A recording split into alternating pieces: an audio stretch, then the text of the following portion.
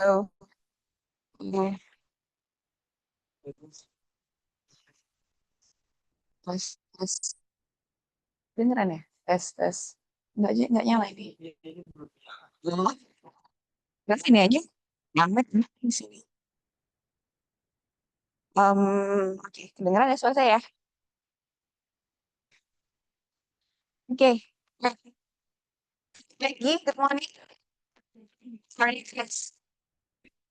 Don't forget to count your attendance ya. Expect. Okay. What else? But yeah, I think I've heard this class. Like, yeah, give me if you can move to this class next door. We can arrange the text later, but I want to make sure that you can grasp all the material that we have today because this is part of the quiz, yeah. Yeah, because as I mentioned that we time learning about that. Then we have question definitely will be part of the quiz next. Where we will discuss about understanding architectural design, yeah. Um, coba back dulu, back. Back dulu. I want to ask you, um, why learn about why do we need to understand architectural design? Why do we need theory in architectural design? Can you guess or kind of like warming up session for your brain? Why should we learn theory? Because what we do is designing. There's part of your everyday process of design, right? Then why do we need to learn theory today? Yes, please. To know the report of the vision. Okay, so we need to understand how to do the design and the framework, the method. Yeah. Okay. Anyone else have different answer? Why? Or why you here? Not because it's like a compulsory class. Why? What do you expect when you come here? What do you want to learn? Anyone? Yes. Sekalian kasih tahu Mbak, saya ngapalin deh. Mbak siapa? I'm fine with it. Honey.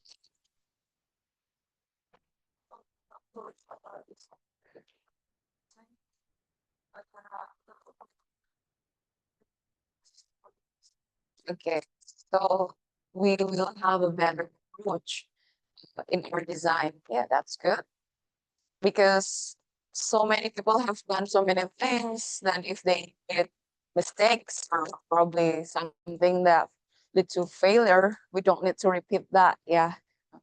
Okay. Yeah, there are so many um reasons, yeah, why you need theory. Well, probably you might feel like this theory is not really applicable on the way you're designing, but at least you can see broader picture when you know the theory. Be it about yourself, about the designer, about the design itself, about the architecture, about the method, about the approach. Yeah. Okay, next one. So why do we need to learn architectural design theory? So that but as a thought process that creates building. As I mentioned, probably uh before, yeah, that as a designer, you need to put argument. Yeah, when you can design anything. You can design an upside down house or whatever. But you need to justify that. And to do that, you need to think of the thinking process why you design it like that. That's the theory. Yeah. And we need to also highlight the architecture was not an object to be constructed, but a type of thought that had its effect in the building. You need to see that architecture is just not the final form, but this is the result of the stream, of the trend, of the the forces, of the preferences of the client and also the architect. So it all like it mingles together and form architecture. Yeah, you need to realize that. That's why we need things like theory like this, or probably you will need to learn history. Yeah, for some probably you're not enjoying it, but then this is just part of we understand architecture as not only a building, but also to have like a whole helicopter view and understanding the whole issues in architecture. Yeah. Next. If you happen to have question, yeah, raise your hand right away. You can interrupt me. The problem with architectural design theory. This is why architects sometimes feel allergic to theory. Yeah, because no one could seem to make theory written about architecture useful for making architecture. So most theory that we have in architecture, it only useful when to interpret architecture, to understand, oh, this is a classical architecture. What does it mean? What probably they have like a certain rules about the Doric or Ionic column, yeah. What it symbolizes, but then it only to interpret architecture, and it won't allow the designer to understand why doing this might make that happen. Meaning, it's a recipe. If you add sugar with a tea, 1 teaspoon sugar, and this tea with certain amount of water, everyone will make exactly the same taste of tea, right? But then architecture is not like that. If I say design a house with one door, one window, one roof, and then suddenly everyone can come with different ideas. And that's why my assignment, my recipe, like I already put ingredients on it. One roof, one uh table, one door, but it doesn't inform how architecture will be designed. And that is the unique part of design itself. Yeah. Okay, next. But then you need to realize that those kind of those kind of theory is excellent on analytical theory. Yeah. The way that when you design when you talk about history, when you talk about discussing about the um yeah, classical architecture, vernacular architecture, that kind of analytical theory that study the existing building or existing culture. Yeah. And it's useful to understanding architecture. But then we have another part, the small part of theory that is called generative theory. Yeah. This is quite useful for making architecture. Oh, and it it has like a certain steps, yeah, to lead you to what to do in order to produce a certain architecture. But then it cannot, it cannot like kind of like fix it the result. Like still there will be variation between the result, but then it will help you step by step to do architecture. So you know that um architectural theory usually on the analytical theory, yeah, while design theory. So you have to differ the two, yeah, architectural theory and design theory. Architectural theory usually talking about architecture, and architecture itself is not a building. It's just it's a movement. It's a culture. Yeah, Do you understand what I'm saying? Yeah. Architecture is, well, first not house. It's not building. Architecture is the culture that form the building. Architecture is the habit of the people that inform the building, that keep the building. That thing makes architecture. But then design is something specific that focus on making things, solving problem, you know, that is design. So when you combine the two, architectural design, the one I mentioned last meeting, yeah, that it was the universal about architecture of building things. Yeah. Okay. Next. So what is designing? Can you help me inside or any answer? What is designing? Try to guess. One? Anyone? Hello? Yes. This is designing. Where is it at?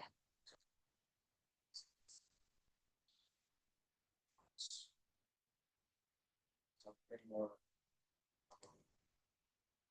something more for use of paper or maybe for Okay, so kind of like refers a thought to something physical or something real, yeah. Okay. Anyone else? Mas siapa? Mas Kiko.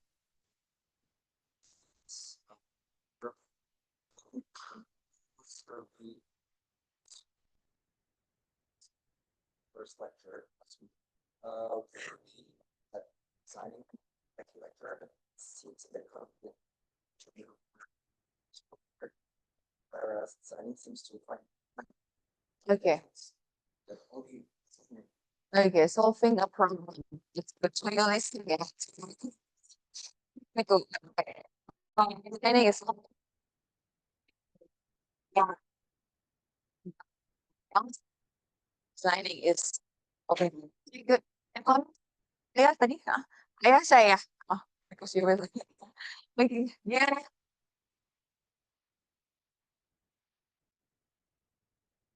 Sorry, I can't hear you. That process of what? Can you put it like, because I move around, yeah.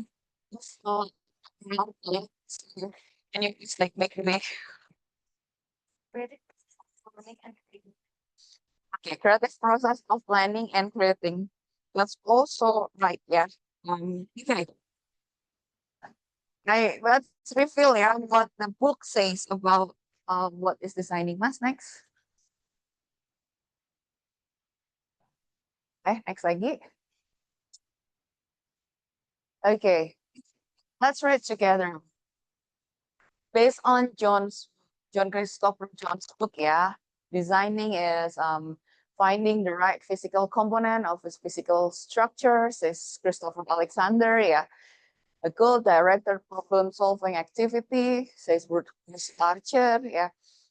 The decision making in the face of uncertainty with high penalties of error, yeah, simulating what we want to make or do before we make or do it, as many times as may be necessary to feel confident in the final result. The conditioning factor for those part of the product which come into contact with people. Okay, next, agak complicated ya, ini ya. Ada lagi, relating product with a situation to give satisfaction, the performing of a very complicated act of faith, kata John, the optimum solution, the sum of the true needs of particular set of circumstance, yeah. The imaginative jump from present fact to future possibilities, the creative activity, it involves bringing into being something new and useful that has not existed previously. Yeah, that is how experts define design. It's very diverse and it's what we can see there. It doesn't relate directly to anything about creative discipline. As someone mentioned, yeah. So what's there is the ingredient, not the outcome. The ingredient meaning the problem solving, creating something new. It doesn't say like it has to be form as a model. Yeah. Jadi designing is something broader than just drawing or making model or anything. So this actually, if you design, that's why design is very broad. We have entering design, we have product design, we have multimedia design, we have clothing design, we have fashion design, and we have architectural design. Yeah, we are fall into the same area of design. Yeah, next. Tapi yang kita highlight kalau si Stephen Jones ini one of the canonical ini ya, apa sih one of the expert that in this, dia bilang the initiation of the change in man-made things. Jadi if you want to make something, you design something. Okay, next. Ini kita agak cepat karena materinya actually 2 materi ya kita pampitkan, jadi mungkin agak. Nah, the problem is, this is a unique part of designer, The real about the change in the work, designer must be able to predict the effect of their proposed design and specify the action that are needed to bring this effect about. So you need to, before you make it, you must predict it. The things you make will effect on your surrounding. Yeah, like, okay, I'm thinking to have redesign the shelter, and then even the shelter is not there yet, you need to predict. It means that you need to be like a foreteller or something that can, have the calculation on if I put this like this, it will do this, if I put it like this, people will do that, yeah. And that is itulah kenapa kadang arsitek tuh dibilang magician ya. Karena if we have to know what will happen in the future, gitu. Dealing with the future, prediction. The objective of designing concern less about the product, but more about the change and how society adapt to and benefit from the new design. So as a designer, as an architect, pokoknya saya mau kayak gini, benar. So that's not the designer. Bahkan harusnya inform rumus itu adalah how the surrounding will affect the building. Think about architecture without architect.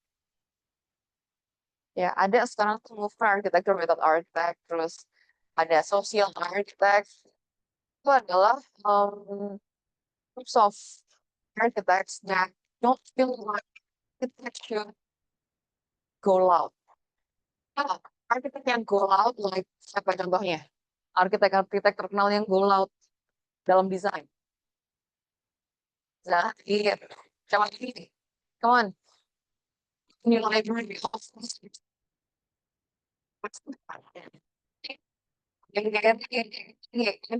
mau. Siapa lagi? Hah? Siapa? Yang mau? Oke. Nah, monks already mentioned ya. Zahir, ya apa?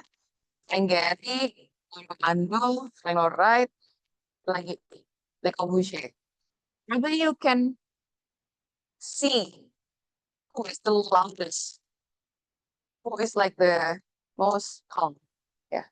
Jadi kalau kamu lihat nanti, karena itu prinsipnya beda seperti itu. Ya. Ada yang loudest kayak Frank Gehry is like crazy ya. I went to an exhibition of his work ya once when I was in mana dulu tuh? Sebelahnya Macau, negara yang Hong Kong. di Hong Kong pada waktu itu. Nah, and the way he formed the design was just like initial sketch-nya tuh kayak gini dong, kayak rambut keriting tuh, tau gak sih? And then he gave that paper to the architect, like this new architect. Yes, and I can imagine like if I were like the junior architect ya, ini rambut kusut, literally no garis lurus at all, no apa at all gitu. Jadi bener-bener kayak like signature.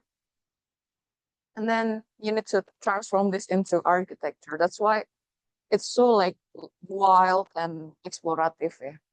Tapi ada juga yang tadi siapa kayak misalnya Frank Lloyd Wright gitu. If you know what's the most famous architecture he made? Frank Lloyd Wright yang yang ada water-waternya. Kamu bikin maketnya nggak sih? Falling Water ya. Itu lebih subtle dibandingin Zahadid kan ya. Karena dia nggak loud, dia malah what interesting from that building is he tried to be very contextual. So he put the building on top of the waterfall, and building doesn't block the water at all. Even there are like trees ya, and when ada trees, ada balok beams, baloknya belok. Jadi he doesn't disturb the trees, the water. Nah itu artinya dia tidak, walaupun buildingnya mungkin dia tapi dia tidak mengganggu, dia tidak self-centered gitu. Nah jadi mungkin kalian nanti in time ya, you will learn siapa sih arsitek yang emang this is about me, and ada arsitek yang this is about others gitu. The context. Nah, which one do you want to be? It's up to you. It's not one centric itu pasti jelek gitu ya. Kita juga punya arsitek yang arsitek Indonesia juga sama kan, itu kayak gitu. This is harus gini gitu. Even ada arsitek terkenal juga arsitek Indonesia finish ke ada galerinya di atas di saya pernah ngobrol sama the owner, kan I talked to the owner. Oh yeah, this is designed by this architect. Oh yeah, that's good gitu. Yeah, but then I have to like it's been like 5 years or so, like the building is finished, yeah. And then she said that yeah, even I want to change the door handle di kamar mandi, dia harus izin arsiteknya. Karena for the architect, I represent him, gitu. And nobody are allowed to change him, gitu. Even to change the door handle, the toilet, yeah, I mean that's so insignificant part of the building. Then no, harus arsitek. Arsitek seperti itu, apakah itu arsitek yang baik atau tidak? Ya, it's your opinion ya. Itu menurut kalian gimana gitu. Ada juga arsitek on the other pole ya, kutub yang beda itu. Ada arsitek, you heard of Niko Prawoto? Oh, you need to Google him. I'm a big fan of him ya. Jadi, if you see the work of him ya, you will not notice that that's work of architect. Because it's so humble. It's just like ordinary people's houses or buildings, yeah. The interesting part was he just made like a structure that building dan ya kita meters ya. Jadi kenyamanan kamar, alurnya kemana, room, and then probably living room, blah, blah, blah. But then after that, he gave it to the tukang, yeah, and then he gave it to the owner. Jadi dibangun bareng-bareng. Jadi he doesn't have any certain choice of material. It has to be the marmer, like it has to be ruang keramik, it has to be nggak ada seperti itu. Jadinya nah si tukang bisa explore, ini juga bisa explore gitu. Coba kamu lihat bangunan-bangunannya. dia suka sekali namanya, makanya ada craftsmanship, ketukangan. Itu dia tuh sangat, dulu pernah di Venice Biennale 2019-an atau apa itu, Indonesia di-present ketukangannya gitu. Jadi ada arsitek yang di luar kutub ini gitu ya. Oke, next. Why designing is difficult?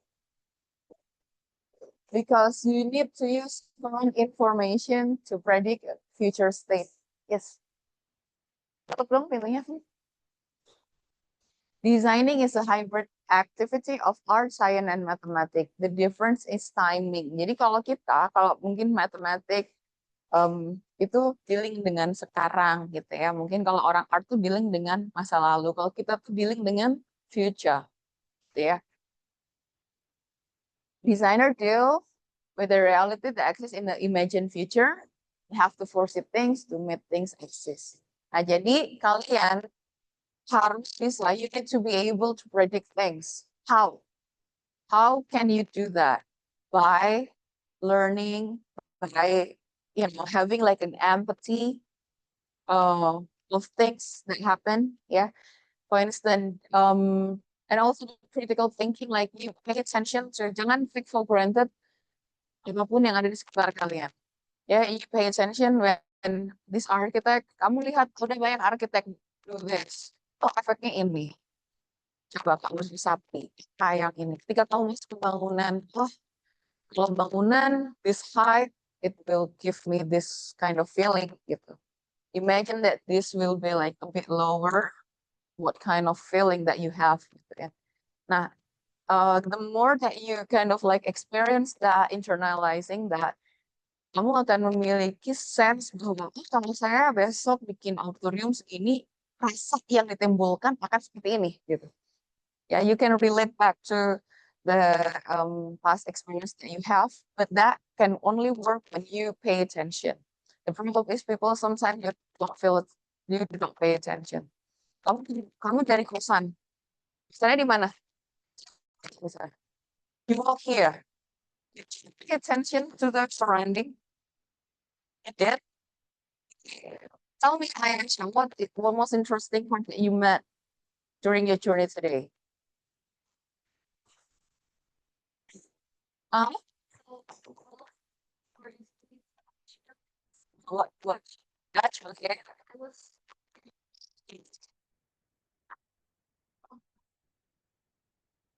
Okay, good. Okay, good ya, karena itu namanya kita nanti mungkin kamu akan belajar. Okay, good. Anyone else pay attention? Okay, apa yang kamu pay attention? Sorry, I don't know what's called, but find video about Guiding block. the guiding block. Yeah, some of them are bad condition, and even for people that yeah, no people, it's very difficult to walk. Oke, itu ya. Jadi, jangan sampai kalian walk, kamu naik Gojek, HP aja, and then you pass everything. Well, actually, when you look around, you can see, oh, ada gading begini ya, terus ada orang jatuh, oh ternyata gading kayak gini akan bikin kamu jatuh. Terus nanti kamu lihat lagi, oh jalan segini di situ ada yang parkir, itu nggak cukup. Ya, it's so sad because something parked there. Jadi gimana sih? Jadi minimal jalan tuh berapa untuk nyaman? Kamu berpikir, when you see, you internalize it, you reflect, and you think. And that forms the ability besok nanti kalau saya mau bikin proyek, I need to have at least minimum this wide of way ya gitu. Saya nggak pingin karena saya nggak pingin ini macet gitu. Nah jadi that kind of prediction from your own experience, but then to utilize it, you need to be aware of your own opinion. Yeah. Sorry. Okay. So you need to know that ada yang namanya crafting, ada yang namanya designing. Dulu, back then, before designing, people to craft. That's why they call it craftsman. Yeah. Sama-sama thinking things. Tapi the different part is that craftsman itu They don't draw. For instance, if they want to be like a full circle, they can punya teknik lokalnya gitu ya kota. Dia kan gini, terus dilihat dulu, kok kurang bulat ya? Coba lagi. Kurang bulat ya, coba lagi. That is the process of crafting. Ya, jadi you do something and then you check and then right away you do apa ya istilahnya you fixing ya. Coba kita baca ya. Kalau craftsmen, they don't or can't draw their work nor can give reason for the decision that they take. Modified by countless failures and success, ya trial and error ya, produce discordant features, changing only one thing at a time. Ya, jadi setelah dilihat dilihat lagi, berarti ini hanya change one thing at a time ya. Then changes are only to correct errors or to meet new demands, and the shape of the product cannot be altered without making an experiment with the product itself. Ya. Jadi kalau si bola si bulat tadi mau diganti kotak, ya dia harus langsung jadi kotak. Jadi the experiment on the product itself.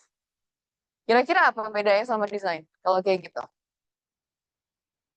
Kayak kita udah ngobrol tentang desain. Design is the next level of crafting. Oke, kenapa ada yang bisa nebak? Next levelnya apa?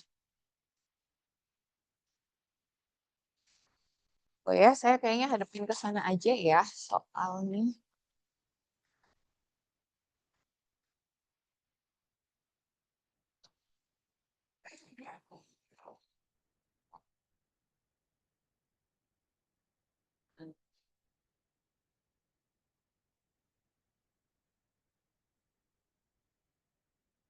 Nah, kalau desain, you can do it by drawing, ya.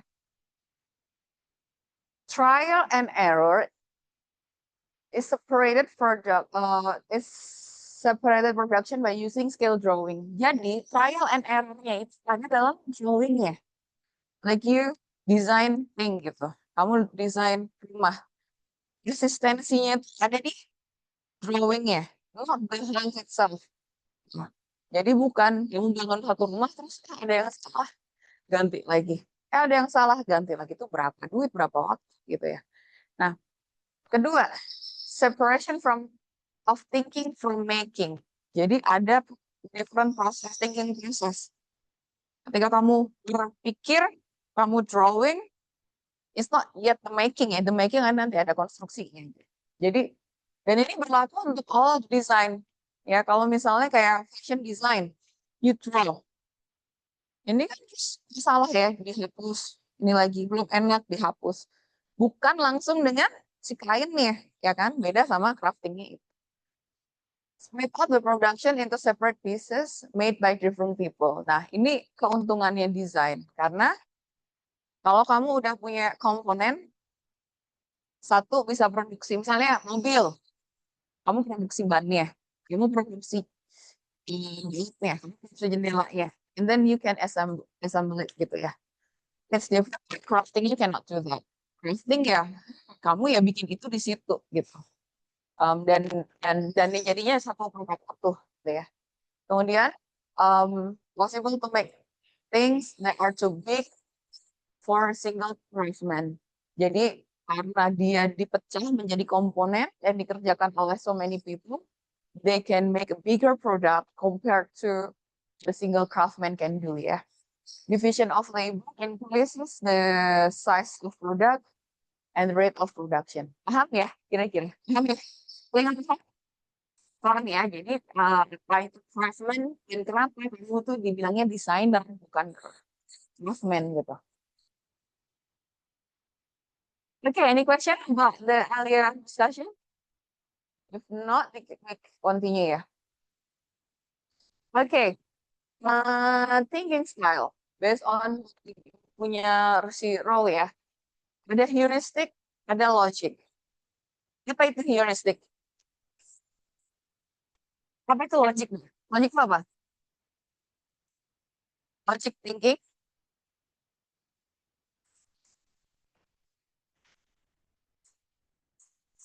Huh?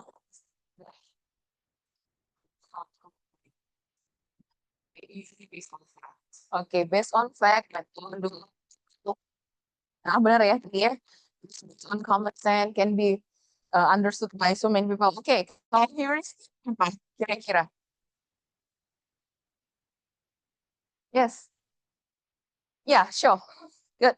Ya kalau kamu nggak tahu, harusnya kamu langsung googling gitu ya. Still is the rule of thumb solving technique that allows for quick decision making, solving by simplifying complex information. Ada beberapa keyword di situ. Quick decision making, simplifying the information, ya. Jadi artinya apa? Heuristic itu ketika when you when you think fast and you need to decide fast, itu kamu menjadi heuristic. Jadi seperti automatic gitu loh, kayak apa ya, logic you need to like kind of consider this and that and the effect and the method and this that ya. Oke, kita lihat. Oke, jadi heuristic thinking itu adalah when you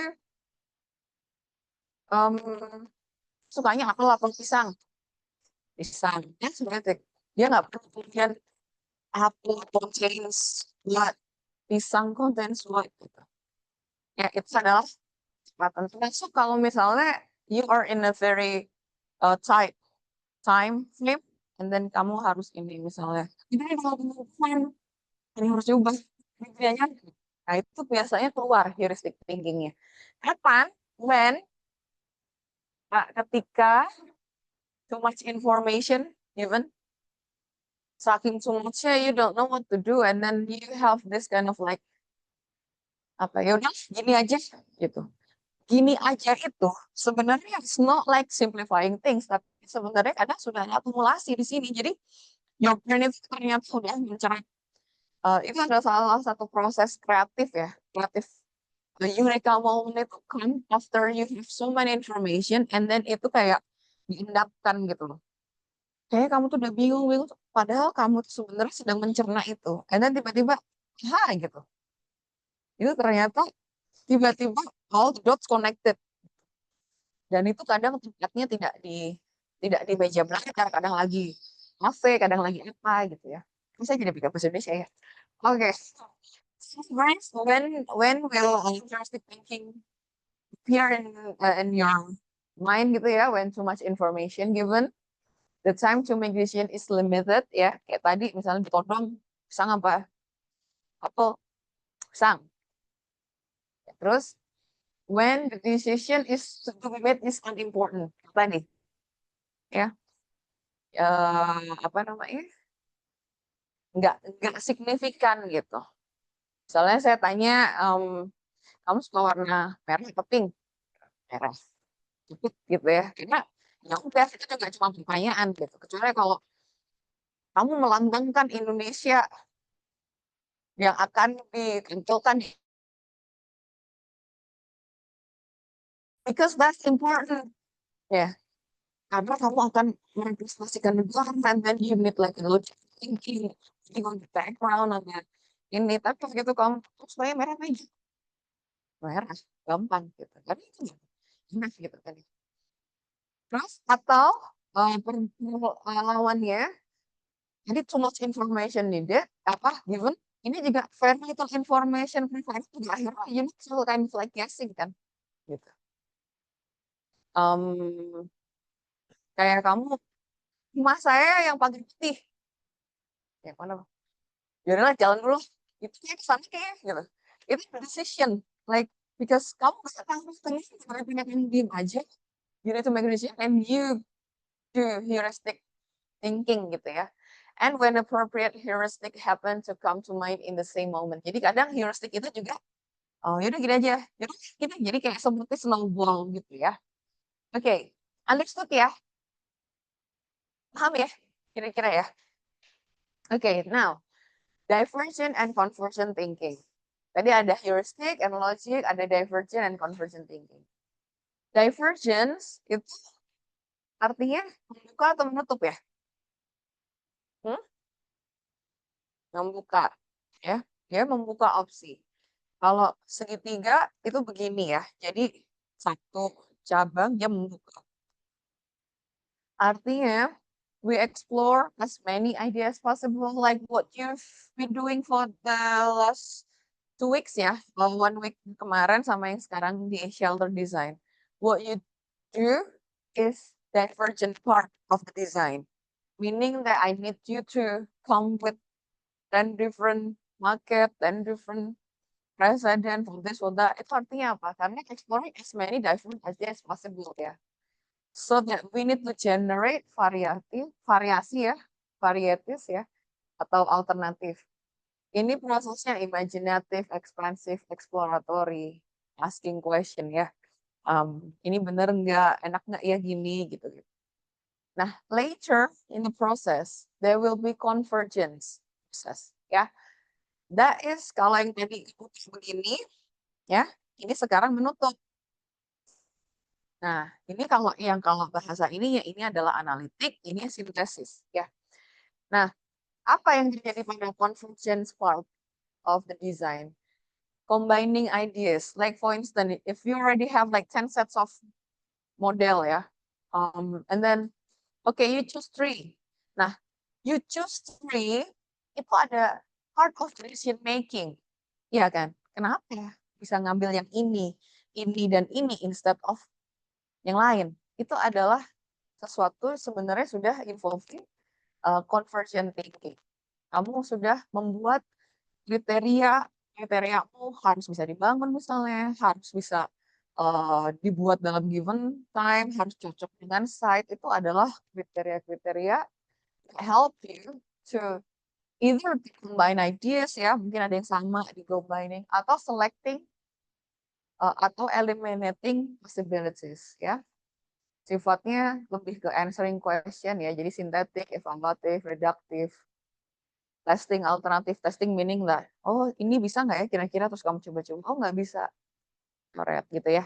Jadi ini adalah two processes, two main processes in architectural design and probably in many design discipline ya. Oke, design steps. Framework ya, framework. The process by which people develop a particular conceptualization of an issue or orient their thinking about the issue. Ya, jadi as especially architecture, we deal with real life phenomenon ya. Kalau misalnya product design mungkin dia dealingnya dengan produk itu sendiri. Tapi kalau architecture dealing dengan community, real life people. Nah karena itu the issue is very wide. Ya, consideration even for the single shelter di Ganesha aja kamu banyak sekali ya yang diconsider. Ada lahan, ada climate, ada people, ada culture, historical area, ada apa. Nah, gimana caranya memilah itu? Menggunakan framework. Framework ini give like a point of view atau starting bias. Jadi kamu harus tahu dari mana. Kamu tahu harus mulai dari mana. Next boleh nggak kan? Nah, framework menurut Playwright ya, this is like one of the newest book. Sebenarnya nggak newest, cuman kayaknya belum ada yang lebih stand out lagi dari buku ini ya, Philip Playwright. Dan ini dipakai untuk TA, jadi make sure that you understand this perfectly ya. Pertama ada pattern-based framework, force-based framework, and concept-based framework. Nah ini framework ini yang akan giving you ideas what emphasis of your design will be. Ya, next, Mas. Apa itu pattern-based framework? Pattern itu apa? Pola, ya sesuatu yang sudah berulang, sesuatu yang sudah ada tertulis, pesan gitu ya. Nah, similar to the name, pattern-based, kamu tahu typology? Apa itu typology?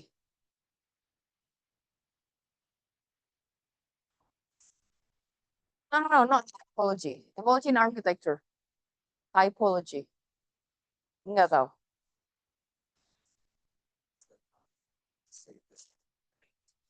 Sorry, design element apa? The same characteristics. Okay. Yeah, quite similar to that. Jadi typology kind of like the species. Kayak kamu mau bikin tipologi bangunanmu apa? What's your design typology? Oh, I do hospital design. What typology that you do? Oh, I do school design. I do. Jadi ada spesies-spesies atau tipologi-tipologi kayak ada housing design, apa namanya, hospital design, bandara, terus ada yang lain-lain. Nah, each typology have their own rules. Kayak misalnya di rumah sakit, dia sudah punya certain rule, certain requirement, dan itu membuat dia menjadi very specific.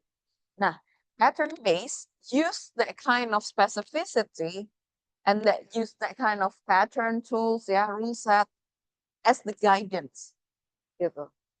Jadi based on tools, pattern, rule set, composition, arrangement, ya, access grid plans, focus on efficiency to make the proposal karena sudah ada guidance-nya. Jadi you just need to kind of like transfer it to design.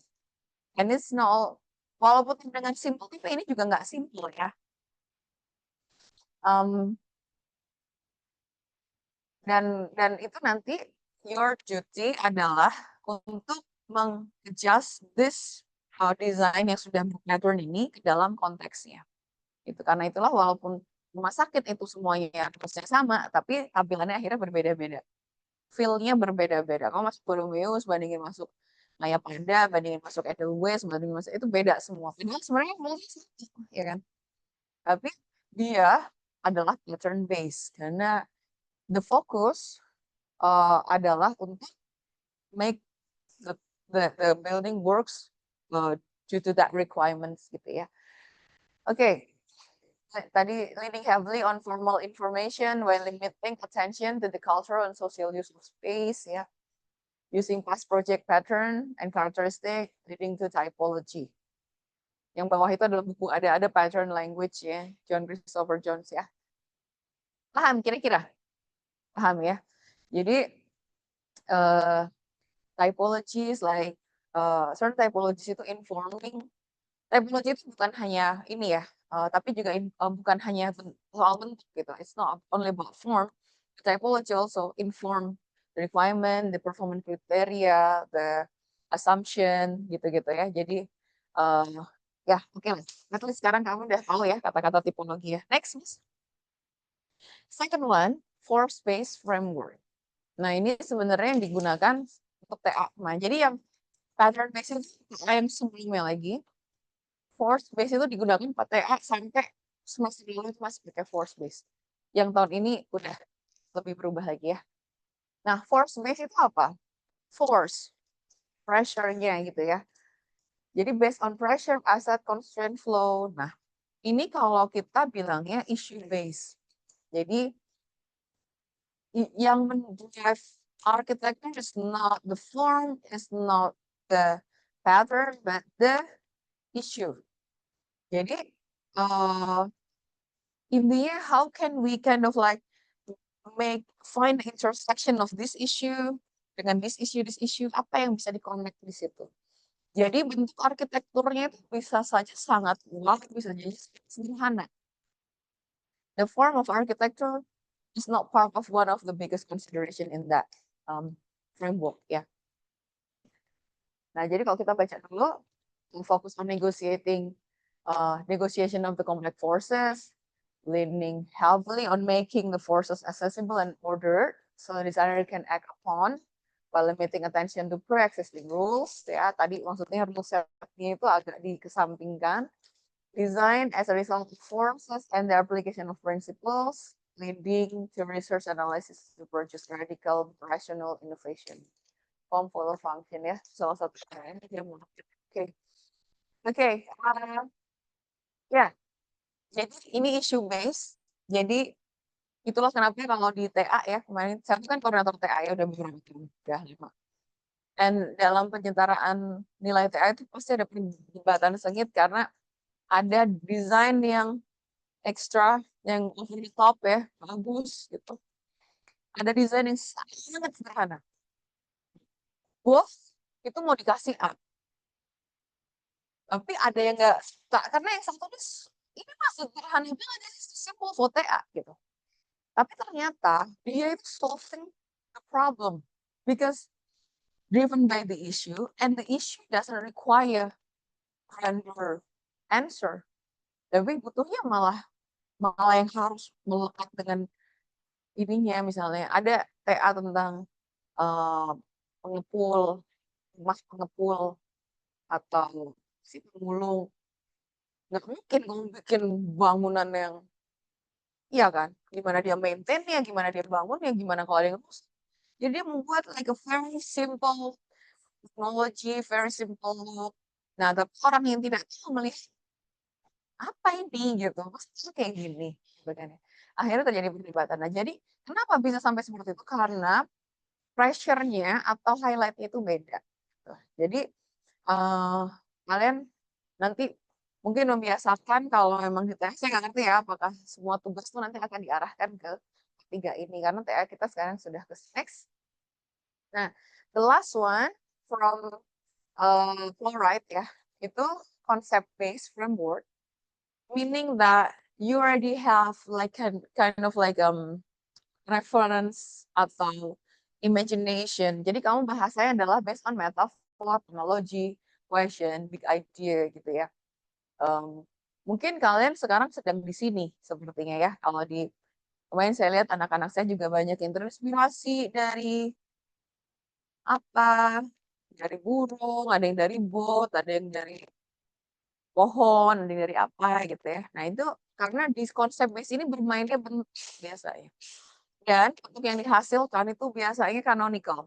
Like if you want to design like an iconic building thing gitu ya misalnya, or maybe the way siapa John Hudson design Sydney Opera House, he didn't probably thinking about the pattern or the issues around it, but he put forward the concept gitu ya. Saya ingin membuat apa gitu. Nah, jadinya akhirnya bangunan-bangunan yang menggunakan konsep base ini usually it become like stand out building, ini menjadi icon. Okay? Focus on framing ideas as a way to organize architectural responses, focusing on the coherence of the central ideas ya. Jadi ada central ideas yang dikembangkan.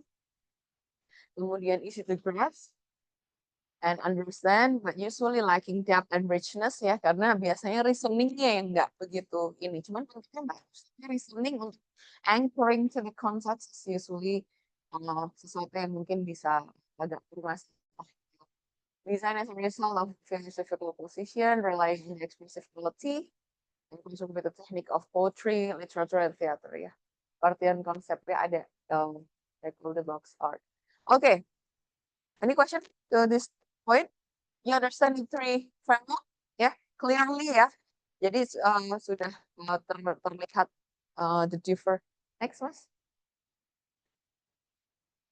Oke, ini mungkin agak cepat next. Jadi architecture itu adalah wicked problem ya. Algorithm problem is a wicked problem. Apa wicked? Wicked itu apa? Kompleks. Apa lagi? Wicked coba kamu searching. Oh, HP-nya dipakai, jangan TikTokan terus coba searching. Wicked. Apa wicked itu? Secara literal. Something bad. Bad-nya apa? Jahat. Evil. Ya. Wicked is evil. Tapi di architecture ini evil itu maksudnya gimana? Ada yang bisa menjelaskan? Hmm? Mbak siapa saya lupa. Bunga.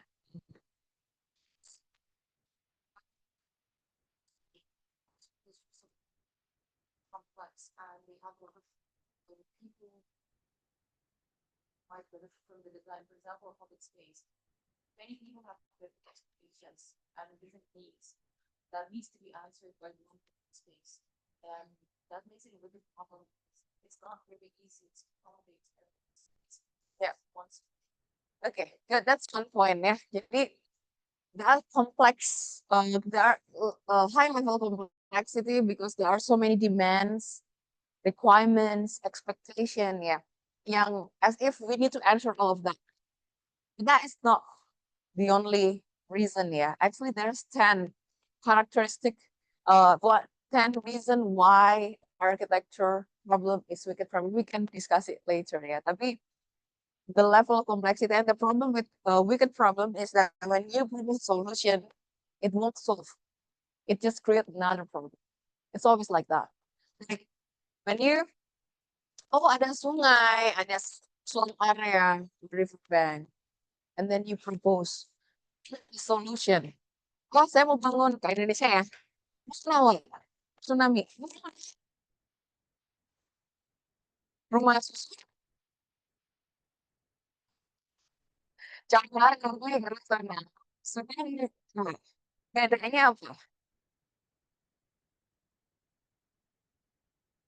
Rumah susun sederhana, sewa itu yang sungai. Wah, kalau mie, tsunami, hah? Sederhana milik ya. Jadi rumah susun is apartment, ya sederhana is apa? Ya simple. Milik itu sewa itu rent, milik itu own gitu ya. Nah, kalau di development ada slum area, terus habis itu, kalau saya mau bangun rusunawa gitu. Terus, apakah problemnya solve? Enggak. Kenapa? Apa problem? Kenapa nggak solve?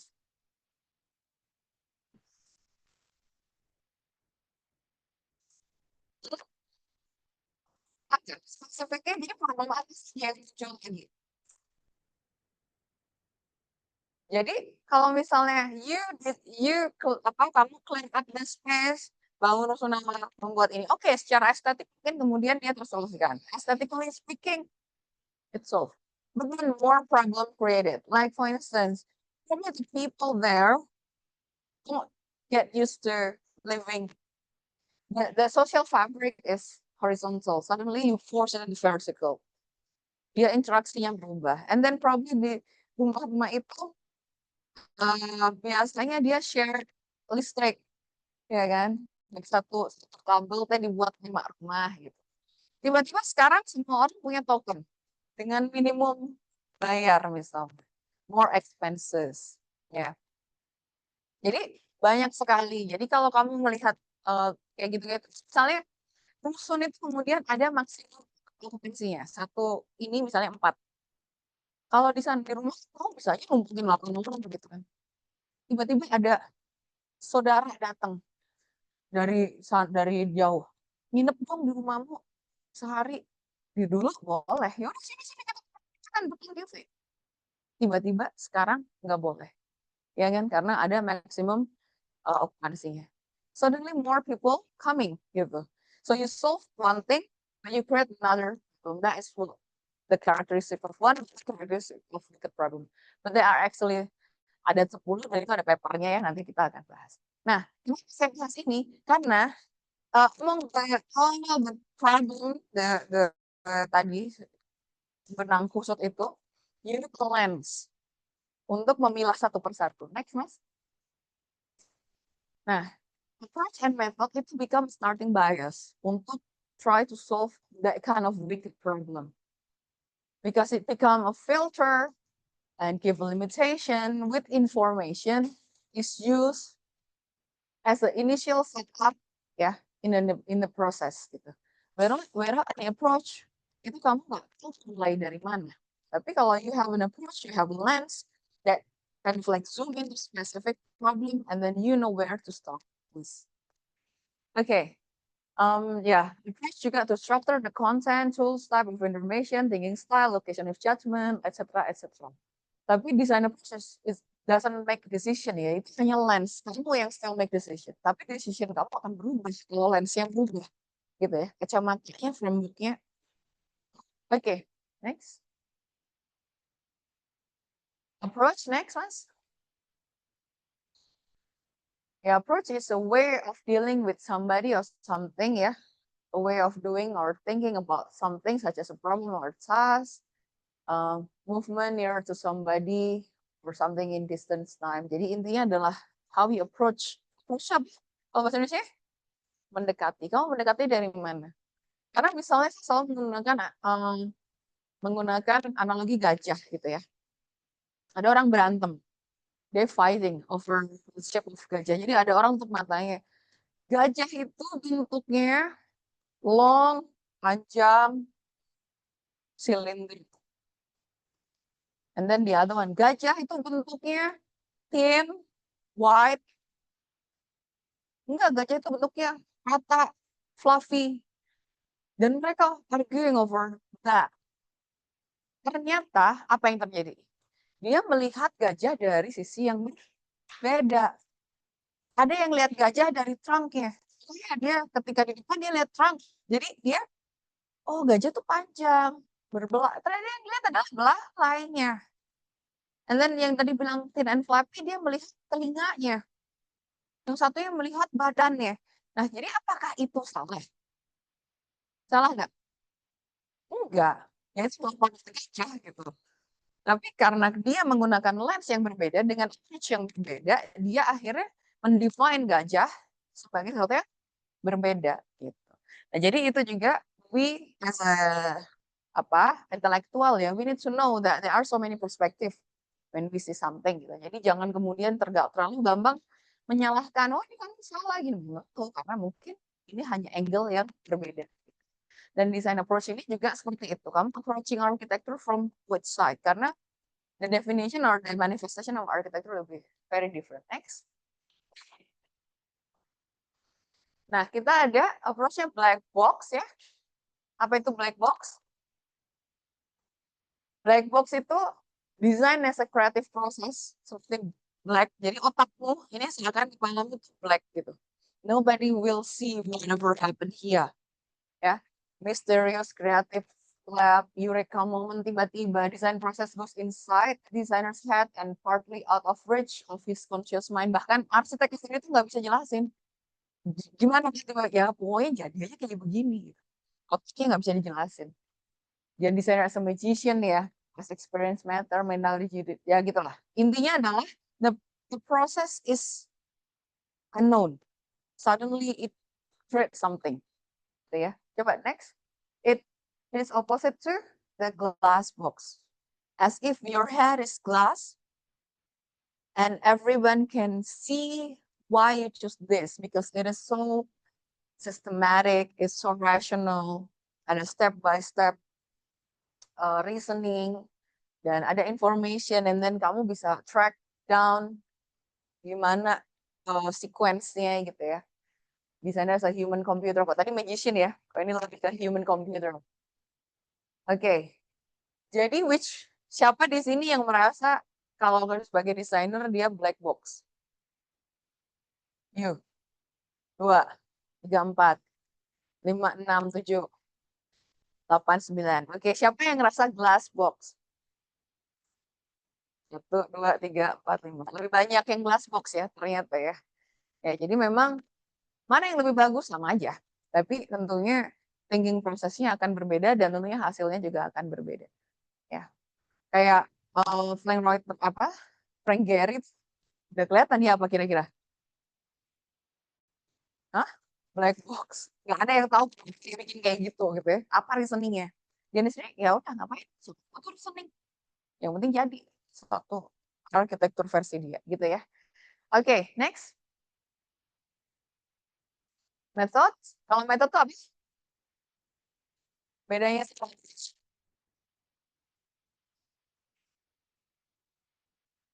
culture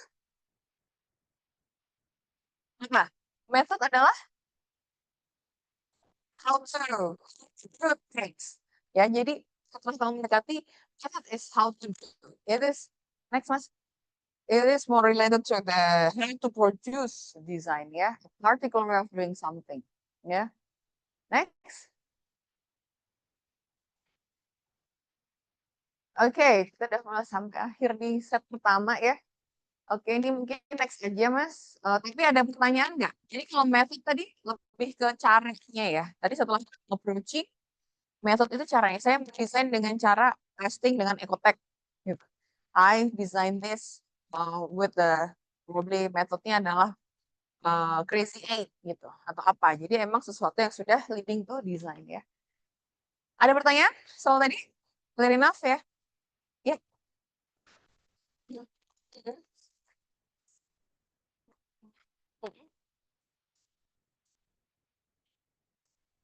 Hmm.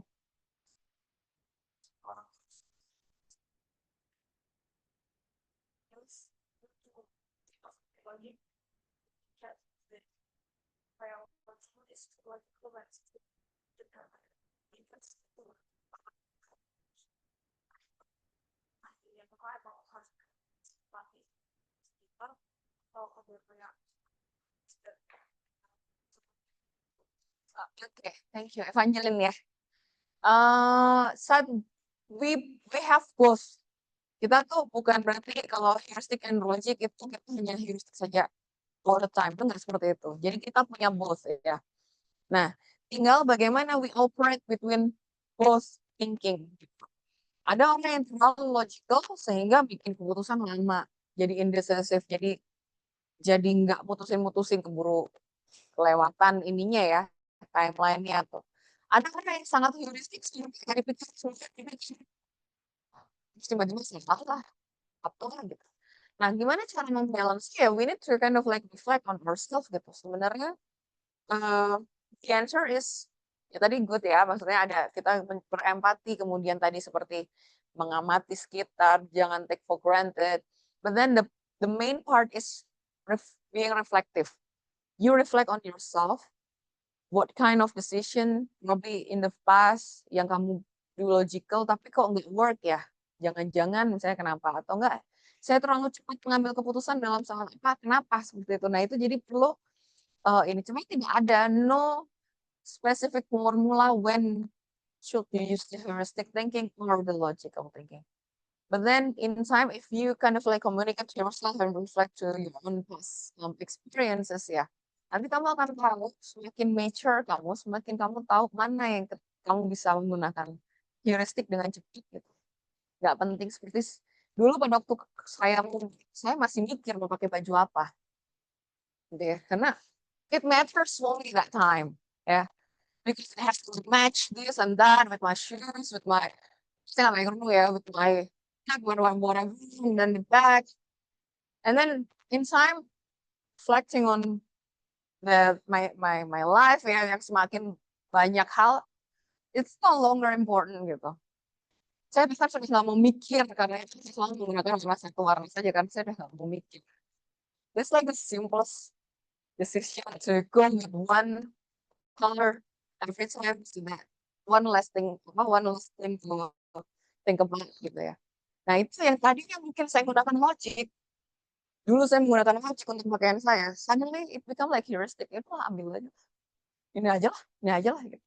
Nah, kenapa bisa berubah seperti itu ya karena perubahan mindset saya, perubahan proses kehidupan saya, reflektif proses saya gitu ya.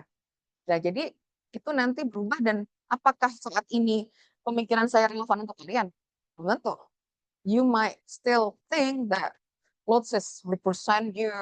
Even I have like a lawyer friend who always like spotless. Nggak kan dia tuh kalau mau pakai baju setrika ulang karena dia nggak mau ada crinkle. Karena dia bilang this represent me to the client, to the work.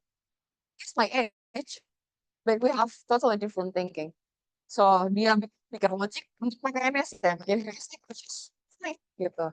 Dan itu akhirnya incline to your own preferences ya, gimana kamu melihat things itu important apa enggak, ini penting apa enggak, ini matters apa enggak gitu. Jadi the answer is you reflect on yourself and you think with yourself based on your experience and also based on what you want to strive ahead gitu. Jadi mana mungkin yang penting bisa diberikan given more logic thinking gitu. Paham nggak kira-kira? Paham ya? Oke. Next. Ada lagi?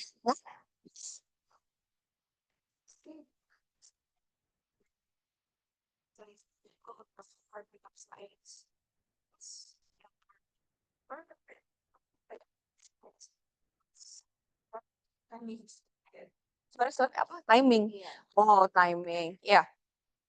Art ya, kalau yang art, science, and itu ya tadi ya. Oke. Art, art itu bukan art lukis aja ya.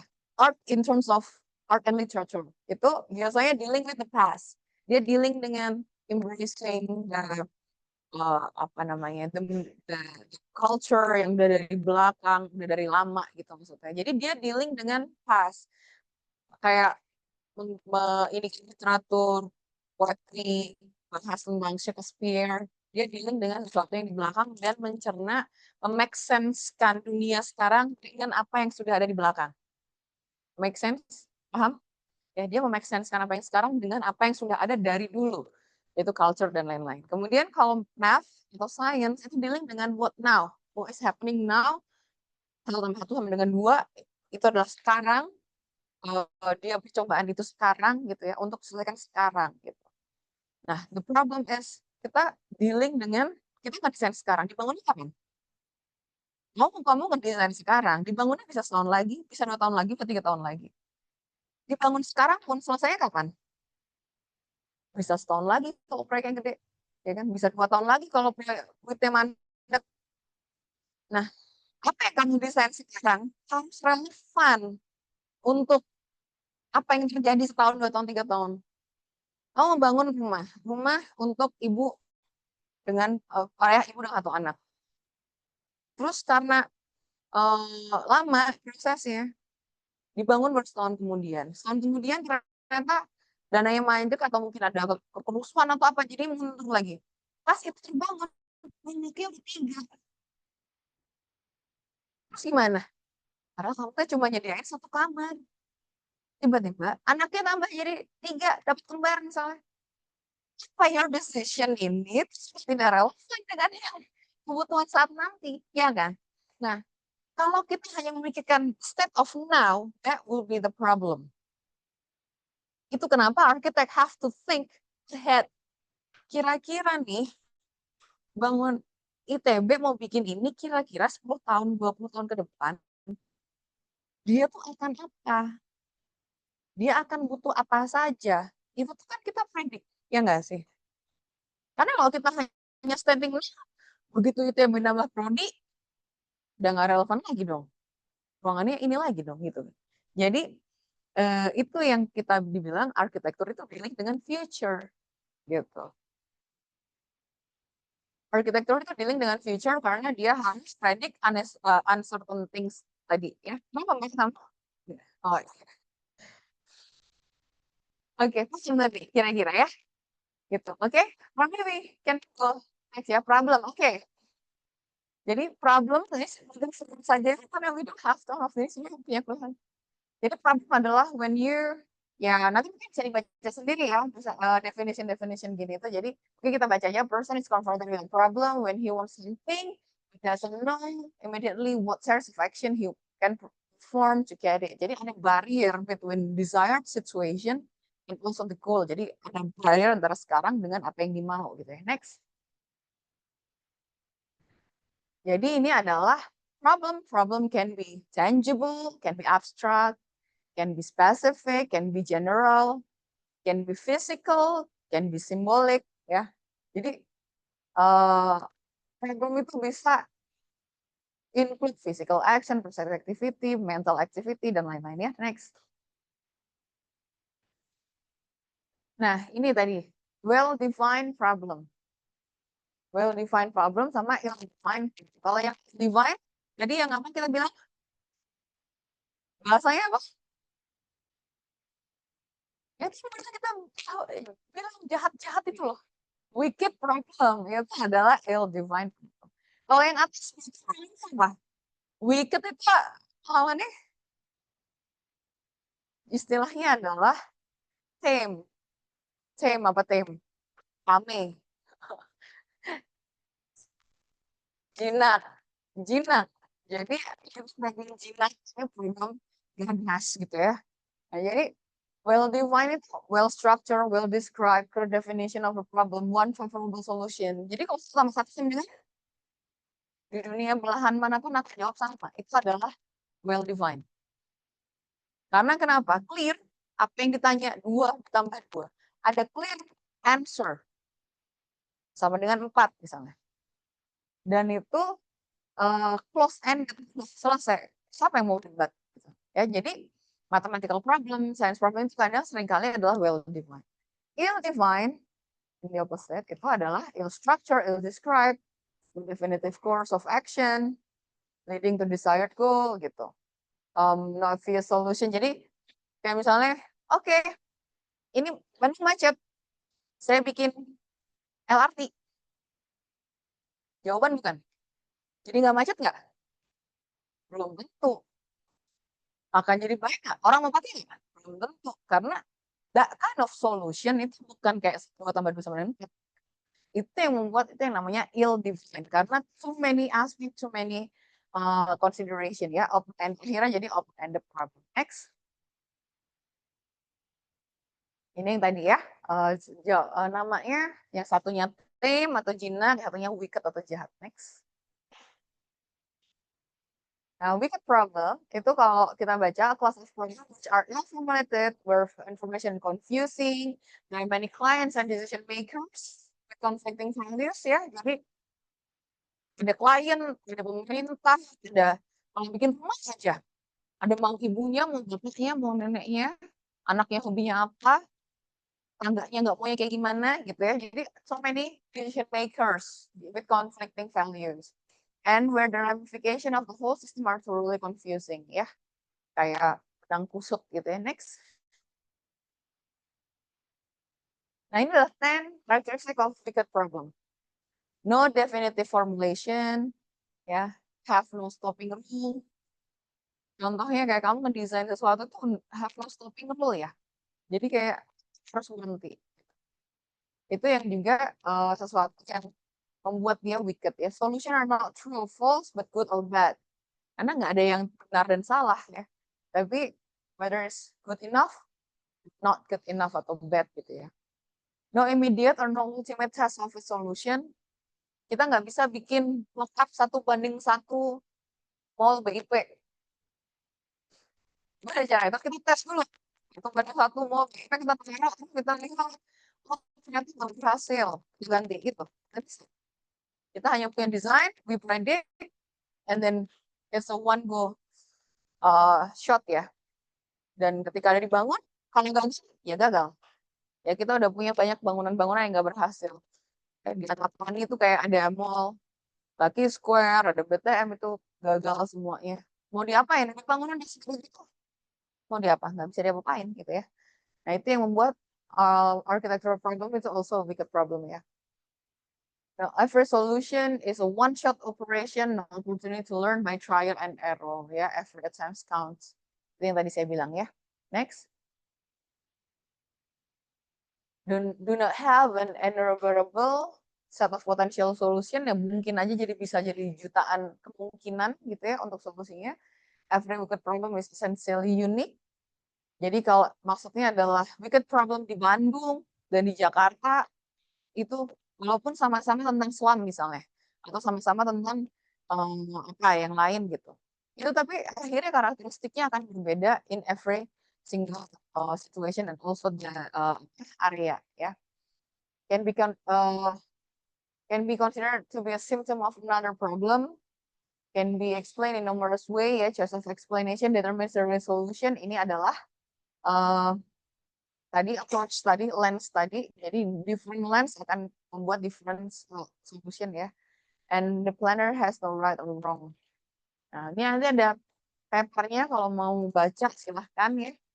Tapi ini cukup untuk mengetahui, tapi pasti nggak kira-kira ya. Jadi architectural problem is a wicked problem gitu. Oke, next. Nah, ada yang namanya goal formulation, ada problem formulation ya. Nanti bisa dibaca sendiri. Jadi every action driven by common quest ya. Jadi goal formulation itu apa yang di depan itu dia tuh pengen mau apa. Tapi sebelumnya ada yang namanya problem formulation. Jadi kadang kita itu mendefine coba next. Ini tentang problem formulation. Oh sorry back. Ya jadi ada yang bilang bahwa satu step terpenting itu adalah to formulate the problem supaya kamu tahu solusinya. Itu kayak dokter gitu ya.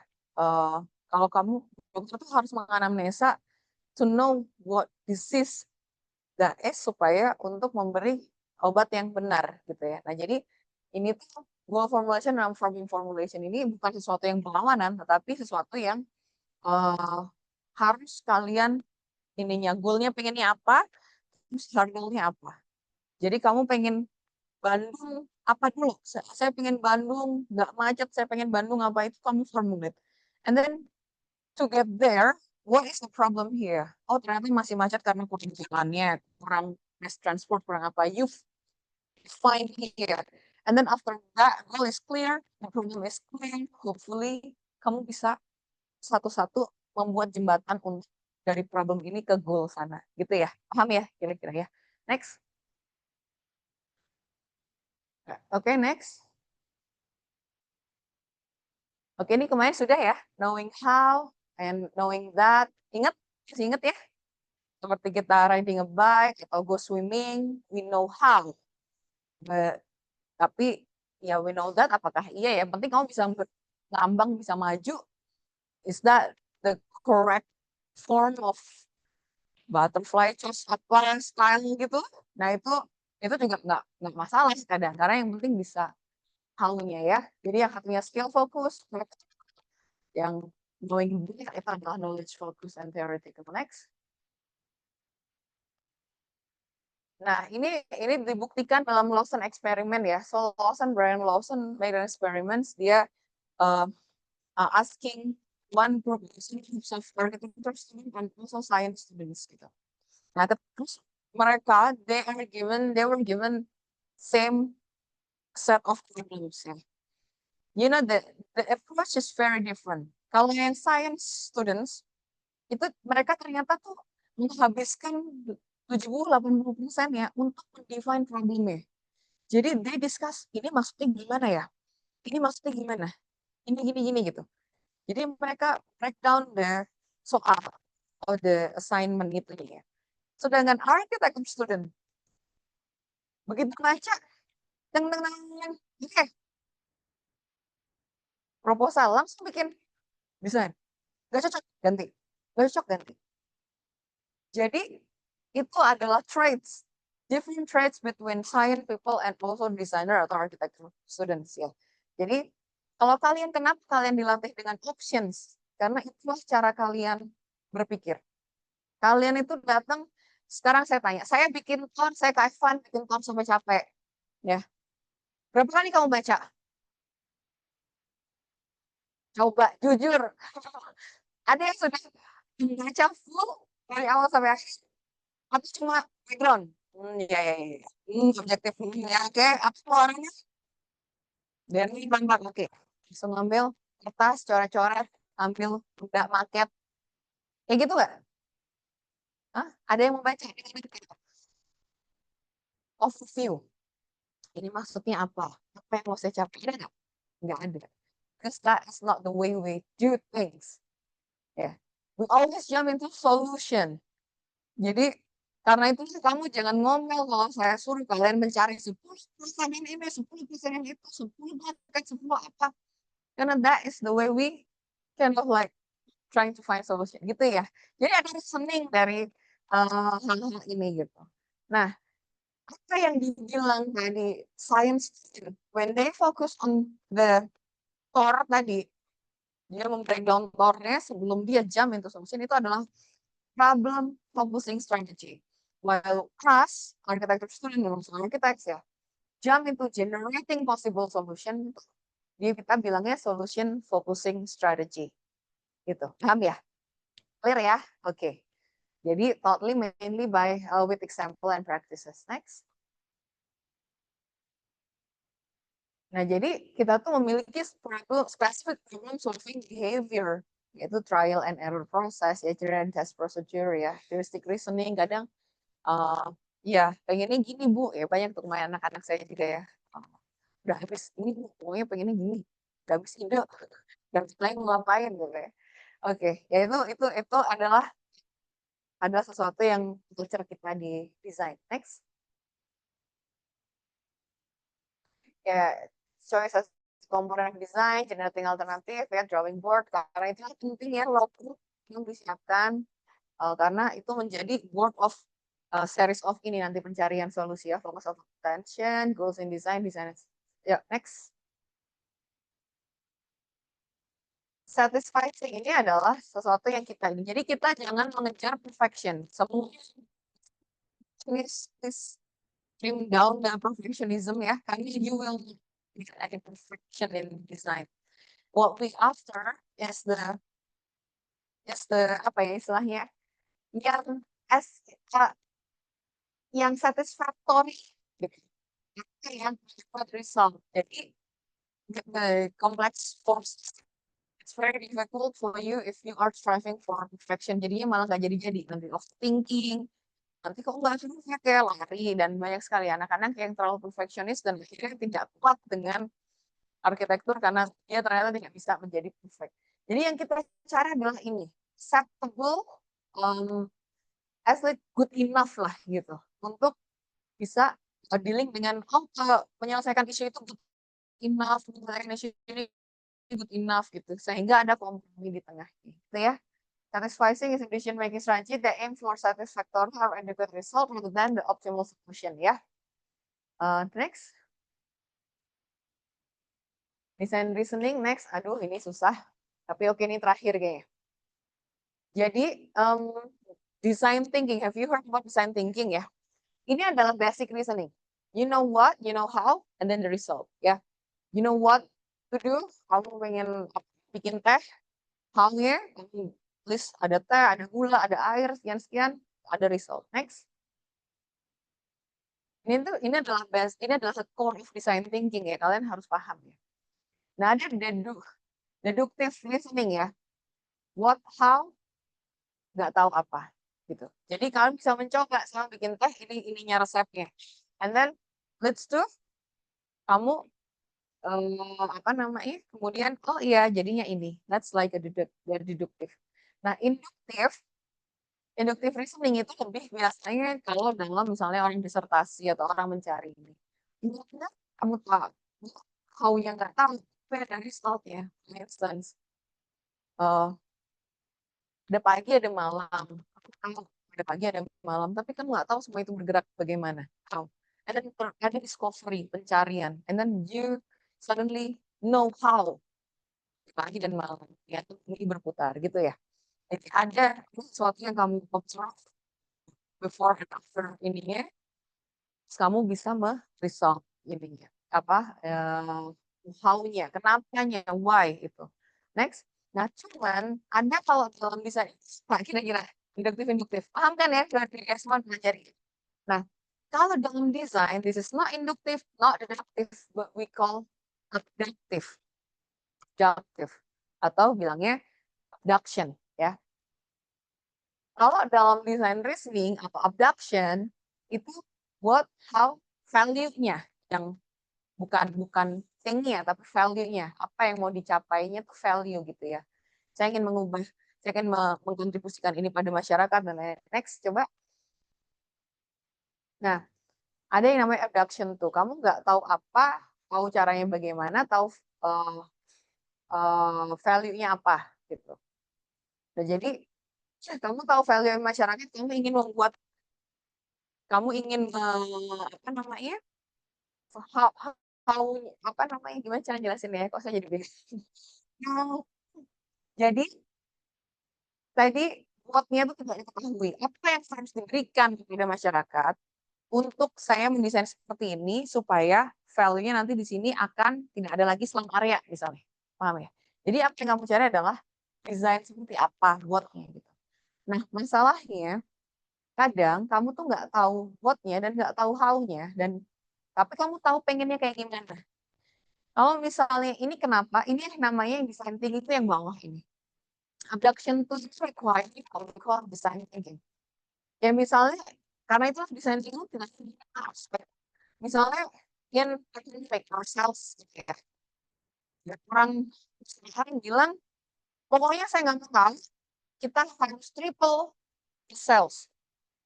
Kita nggak tahu apa yang mau dibikin, kita nggak tahu gimana bikinnya, agar meningkatkannya, pokoknya taunya tingkatan 3 kali cells, gitu. Gimana cara breakdown-nya? Coba next. The only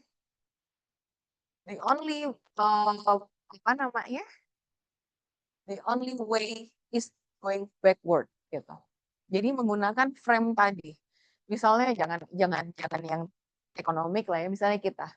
Pokoknya kita Bandung tidak macet. And then kita mencari dulu. Gimana sih Bandung tuh macet tuh apa sih? Bandung itu kenapa bisa macet sih? And then kita breakdown. Kenapa Bandung tuh bisa macet awalnya in the first place? Nah, dan itu focusingnya menggunakan yang namanya framework tadi, lens tadi. Oh, Bandung itu macet karena ternyata banyak sekolah. Karena kamu focusingnya lensnya adalah eh, apa namanya kayak notes-notes yang ternyata bikin macet gitu ya. Kamu tidak begitu memikirkan tentang jumlah mobil, kamu tidak memikirkan tentang apa, tapi kamu fokus on kenapa ada titik-titik macet di sekolah-sekolah. Gitu.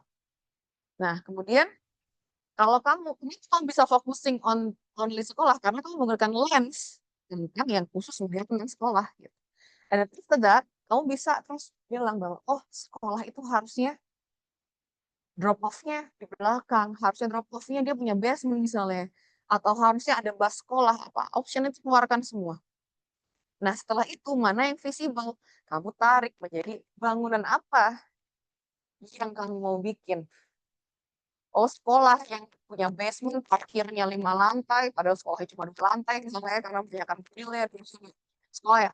Apa yang kemudian yang kamu bikin itu adalah tarik mundur. Nah itu yang namanya design thinking.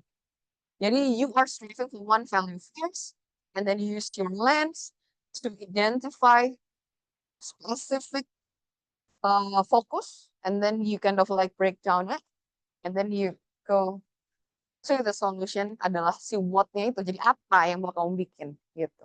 Paham nggak kira-kira? Paham ya? Jadi kenapa ini tuh adalah yang paling uh, efektif to solve wicked problem ya. Dimasuk juga karena ini sekarang kan di SBM, sekolah bisnis manajemen saya ngajarin design thinking gitu. Spesifik satu mata kuliah design thinking hanya untuk dealing dengan project-project atau hal-hal yang memang sangat kompleks gitu ya. Oke, next. Oke, ada pertanyaan? Hah? Oh, gitu. Biasanya kan ada tiga ya. Yang kalau di nggak pakai itu soalnya kan mungkin yang itu dipakai ketika namanya buat solving kayak problem kayak gimana arsitektur itu malah memikirkan dulunya dulu. Architecture is not just design. When you say architecture, I said architecture is what? Like the whole part of living culture is architecture gitu ya. Nah sekarang deductive inductive itu dipakai. But probably not as part of the design process itself. Like for example, we're dealing with history. You're learning about some vernacular living culture. Kamu akan menggunakan induktif. Gitu. Kamu mencari kenapa Kampung Naga itu bisa bertahan. Kenapa Kampung Naga itu menjadi salah satu yang paling apa? Dia tuh metropolitan tapi dia sangat menjaga ininya, masih terjaga. Kenapa? Terus kamu mencari alasan kenapa. Itu kan menggunakan induktif. Dan itu adalah arsitektur. Kenapa rumahnya masih menggunakan ijuk? Kenapa? Jadi adalah dealing dengan the other side of architecture. But when you deal with design, mostly we use abstraction. Gitu. Paham ya? Oke. Any more question? Yes? Hmm.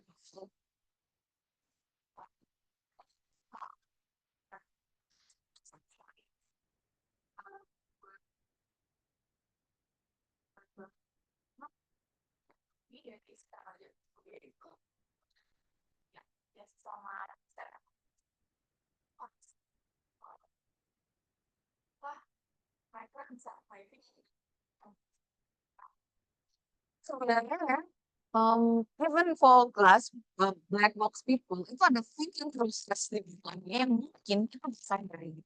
Jadi ketika dia melihat, dia mencerap ruangan ini, dia menginikan gitu kan. Semua terkumpul seperti kita itu mengumpulkan informasi sama gitu. Jadi glasswing dan black box itu sama-sama mengumpulkan informasi. Yang berbeda adalah prosesnya gitu.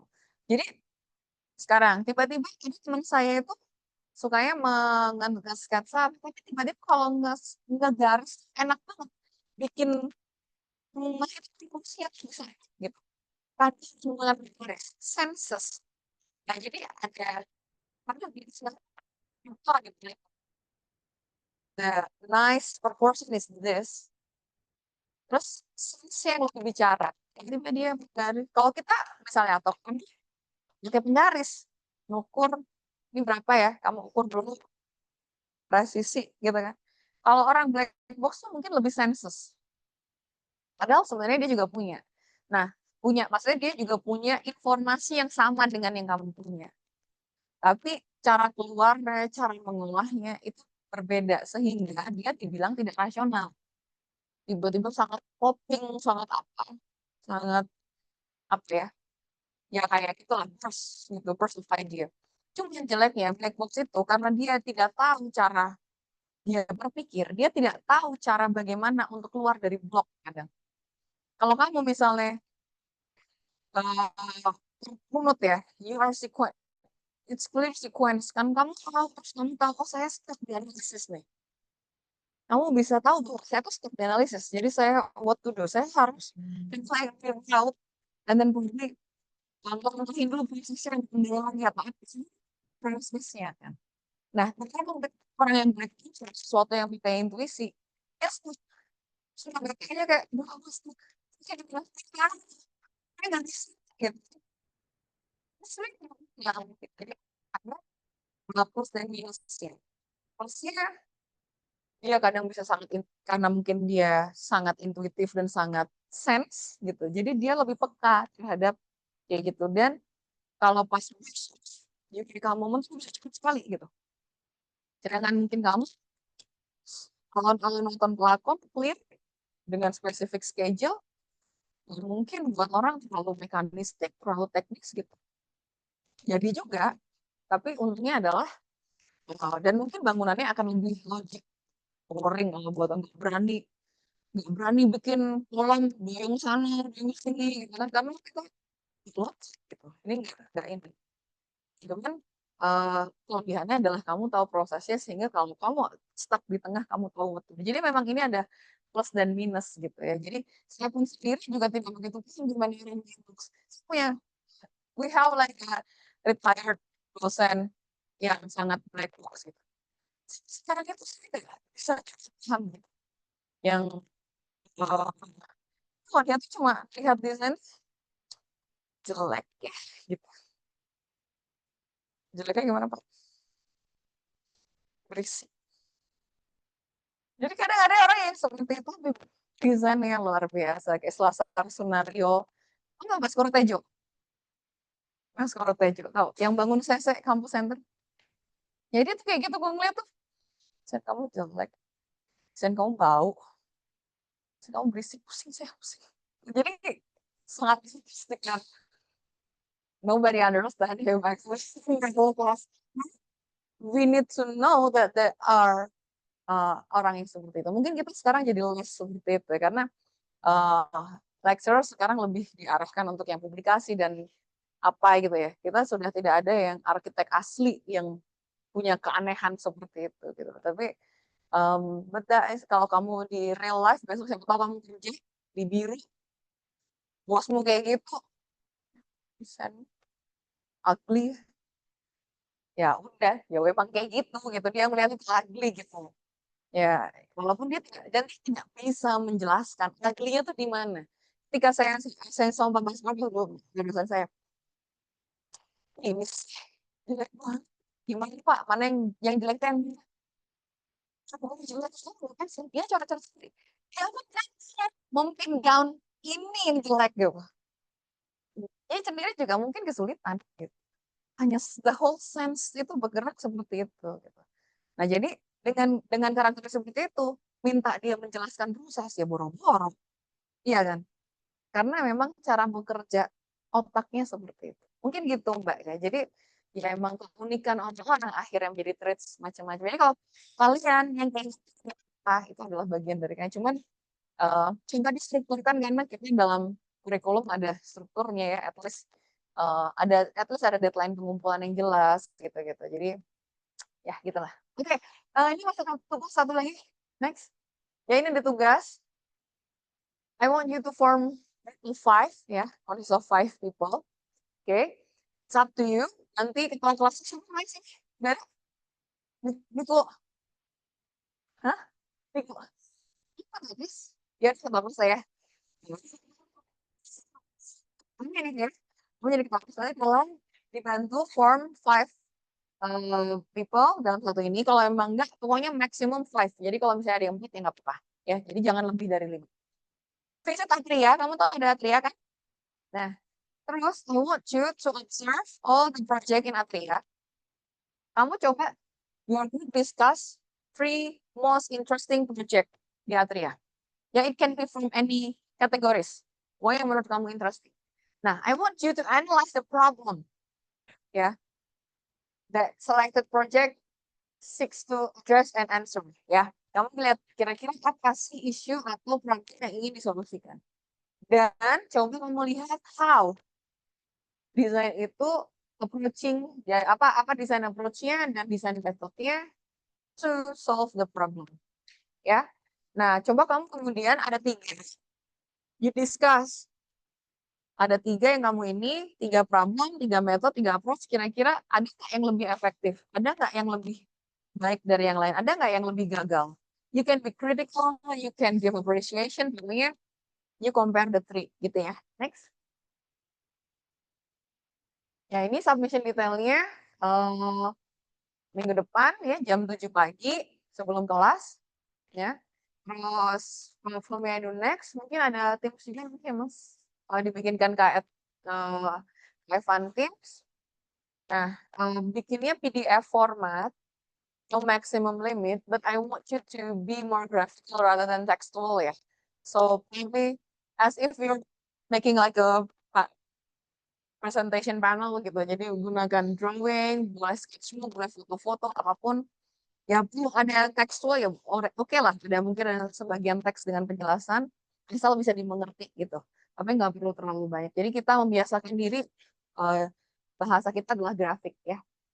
Nah, you need to provide technical evaluation, ya, highlight both positive and negative aspect, ya, dan discuss how this contribute to addressing the identified problem. Gitu. Easy, ya. Sekali main-main Katria, nanti jangan lupa mengisi daftar hadir ya. Jadi untuk pikiran Katria aja. Tapi di sana banyak interesting projects ya dari berbagai universities in Indonesia, and you can see the characteristic of the education also conveyed di sana gitu. Jadi sekalian kamu lihat-lihat. Oke, ada pertanyaan? Mhm.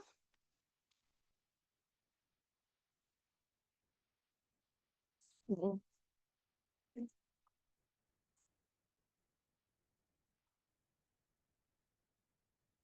Kalau bisa ya yang kalau gini deh,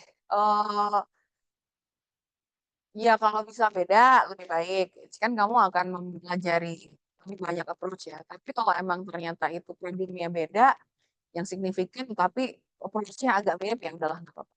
Ya, jadi but the point is I want you to see diverse problem, diverse approach, diverse result gitu dari apa yang ada di situ. Karena ada 100 project, jadi harusnya cukup kalau buat kalian meng-highlight ini. Gitu ya. Oke, oke. Kalau bisa juga jangan semuanya ngambil project yang sama ya. Mungkin juga lihat-lihat kanan kiri. Kalau project itu udah diambil 3 orang gitu, ya ngapain itu lagi gitu kan. Nanti jadi project kelas, bukan project kelompok. Susah ya gitu ya. Oke. Any other question? No? Kalau gitu, thank you so much. I hope this, I know that this been very theoretical, beberapa this, tapi kita hanya bertahan sampai sekitar 3 minggu dengan ini ya. Jadi bear with me.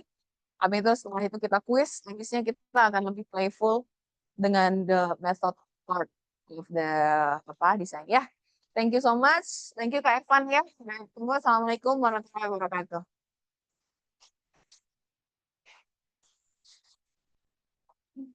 Habis ini.